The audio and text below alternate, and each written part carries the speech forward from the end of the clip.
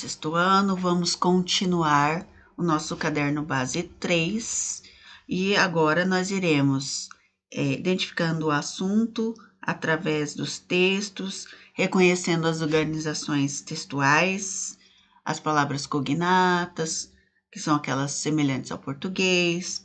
Vamos localizar as informações específicas, identificando pessoas, as nossas rotinas e através dos pronomes e do verbo to be. E nós vamos trabalhar agora a questão 5 até a 12. Então, a segunda parte será do exercício 5 até o exercício 12. Vamos falar um pouquinho sobre o verbo to be, que é o verbo ser e estar, na forma afirmativa.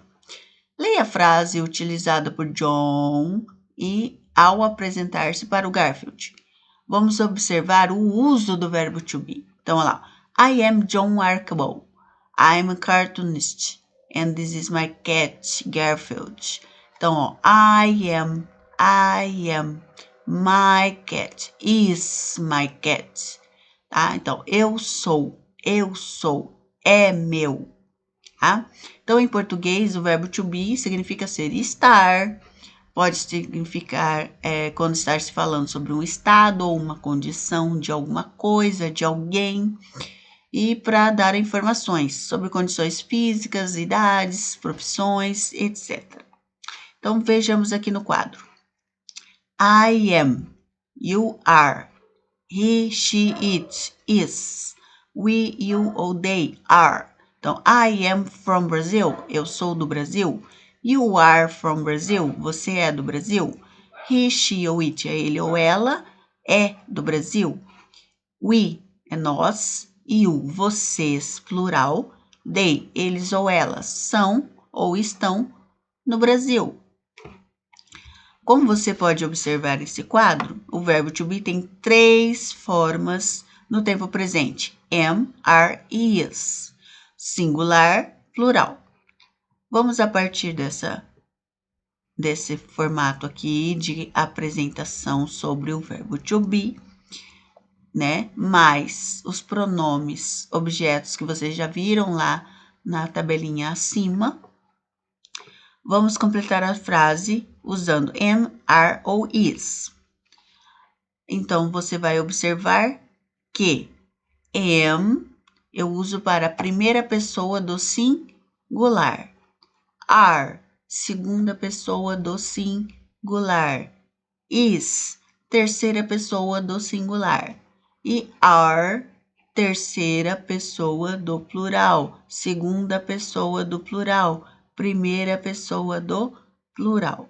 Então, vocês vão observar a tabelinha e preencher com o verbo to be correto. Na questão 6, pode-se afirmar que a forma abreviada do verbo to be. Então, vamos ver como que fica a forma abreviada. I am, you are, he is, she is, it is, we are, you are e they are. From Brazil. Todas as formas, a pronúncia é a mesma, apenas vai alterar a escrita. A forma abreviada ou contract form, forma contraída, é a união do pronome com o verbo to be. Então, contrai-se a vogal e adquire-se o apóstrofo, ok? Então, vamos escrever na forma abreviada os verbos da frase abaixo. Então, qual é o verbo to be correto que eu vou preencher aqui, mas na forma abreviada correta? É só observar o quadrinho. Na tirinha, vamos responder questões 7, 8 e 9. Dear Grandma, how are you? Mom and Dad are fine, and my sister and I are fine. Woof. And my dog is fine. Então, sobre a tirinha, vocês irão responder. O que Charlie Brown está escrevendo?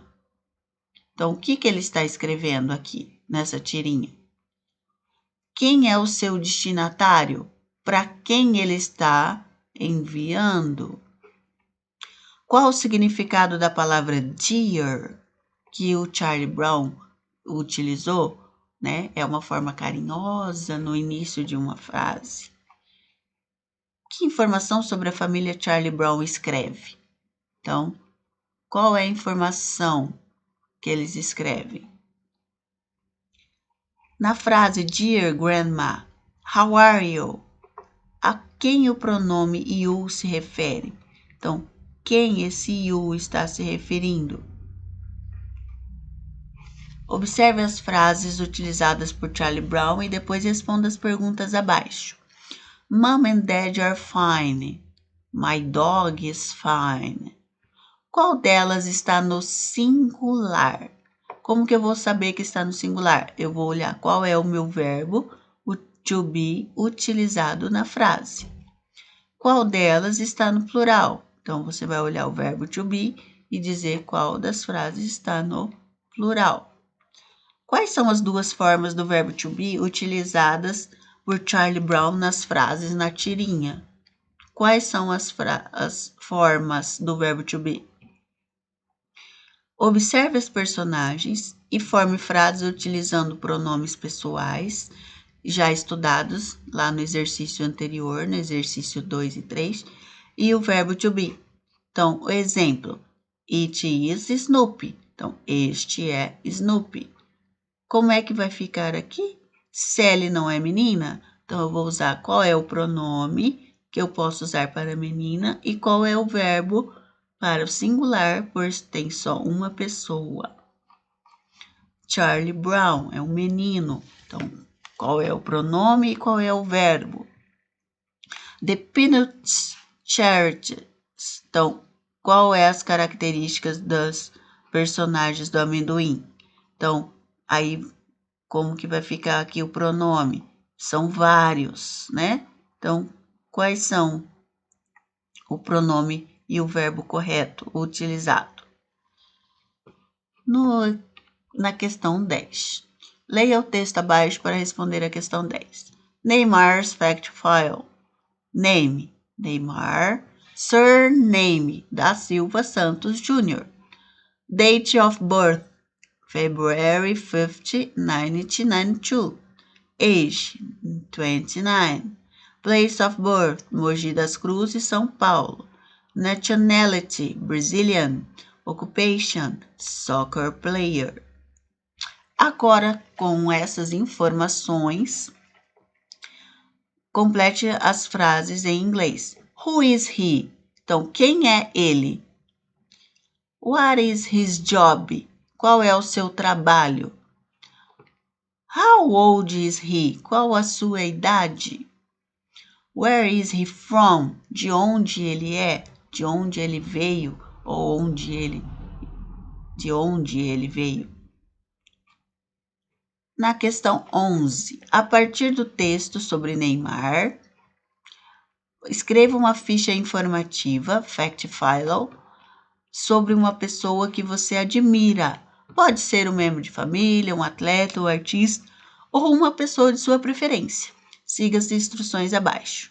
Então, você vai pensar na pessoa que admira, descubra sobre sua vida e carreira, organize essas informações pessoais, produza um rascunho com as informações coletadas, faça um desenho para ilustrar a pessoa, pode ser até uma foto, construa com o seu texto. O que você vai trabalhar sobre a personalidade que você escolheu. Então, você vai usar o modelo que está aqui para preencher aqui. Pode ser um desenho, uma foto, a foto ilustração. Aí os fatos vai ser de quem, então você vai preencher com o que você for utilizar, sobre a personalidade que você escolheu. E na questão 12, como você observou o fact file sobre Neymar, a profissão dele em inglês é chamada soccer player, então podemos dizer que em inglês Neymar is a soccer player. He is a soccer player. Você é um estudante. Como você pode escrever eu sou um estudante em inglês? Então, como ficaria essa frase? Eu sou um estudante em inglês.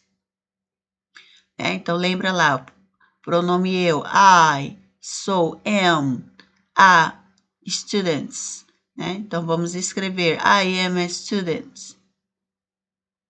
Então, até aqui, a segunda parte do nosso caderno de base 3.